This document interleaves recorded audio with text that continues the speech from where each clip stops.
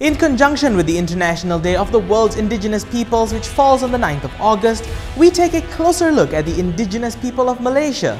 In our previous episode, we covered the Orang Asli community in Peninsular Malaysia.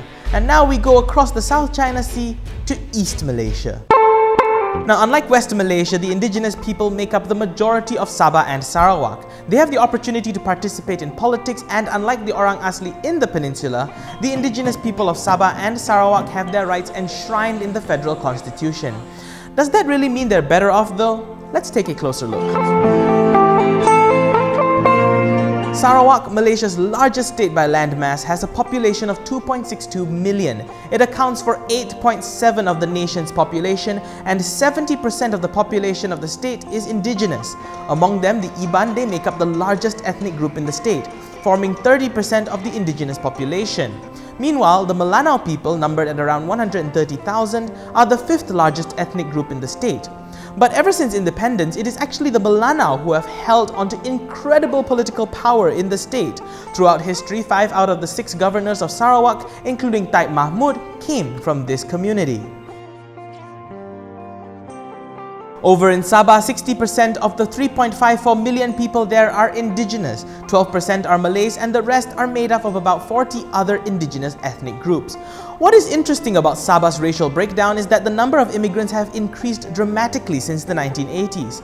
It is estimated that 30% of the state's population consists of immigrants. Suhakam has consistently raised this issue in their reports regarding the human rights situation in the state. The opposition parties in the past claimed that Dr. Mahathir Mohamad, during his first tenure as the Prime Minister of Malaysia, had systematically allowed immigrants from Indonesia and the Philippines into the state. The opposition then questioned how this changed the structure of the local ethnic and religious population and eroded the rights of the local indigenous people. In 2013, Mahathir admitted that he issued blue ICs to the migrant population in Sabah, but he also insisted that it was all done by the book. Just like the indigenous population of Peninsular Malaysia, natives in East Malaysia are also facing issues with their land titles. The forests that they have called home for generations have been disappearing rapidly to mass deforestation, mining, and development. These people have become refugees in their own land. In 2013, the international whistleblower Global Witness published hidden camera footage showing the alleged involvement of Taib Mahmud's family in issuing logging licenses to companies to clear the forest. Taib has denied the reports and threatened to sue the organization, a threat that, however, did not materialize.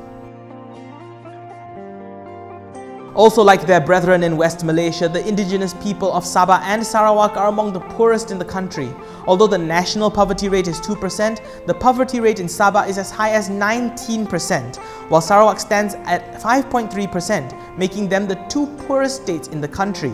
The ones most vulnerable to the pitfalls of poverty are those who live in the interiors. Again, just like the Orang Asli of Peninsular Malaysia, the subsidies that were meant for natives rarely reach their destination. The healthcare and education standards are low, and under these social and economic conditions, it is close to impossible to escape the tight grasp of poverty. Now that the winds of change are blowing over the nation that brought the first change of government in history, is a solution to these problems on the horizon. In Pakatan Harapan's GE14 manifesto, 2 sections promise to directly address the rights of the indigenous people. Article 38 promises that the new government will overhaul the Orang Asli Development Department and appoint members of the Orang Asli community to direct the body. It also pledged to implement proposals from the National Inquiry Report into Indigenous Land Rights prepared by Suhakam in 2013. Meanwhile, Article 48 of the manifesto promises the return and guarantees the right of customary land of the people of Sabah and Sarawak. 8 other promises in this manifesto are about the rights, interests, and people of Sabah and Sarawak, including the establishment of a Truth and Reconciliation Committee to achieve a fair solution to the issue of identity cards and the strengthening of customary courts for the indigenous people.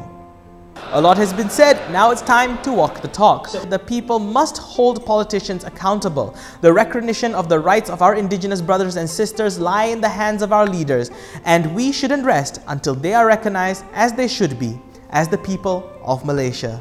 That's it for this episode of Quickiepedia. I'm Daniel Anthony for KiniTV. Thank you for watching.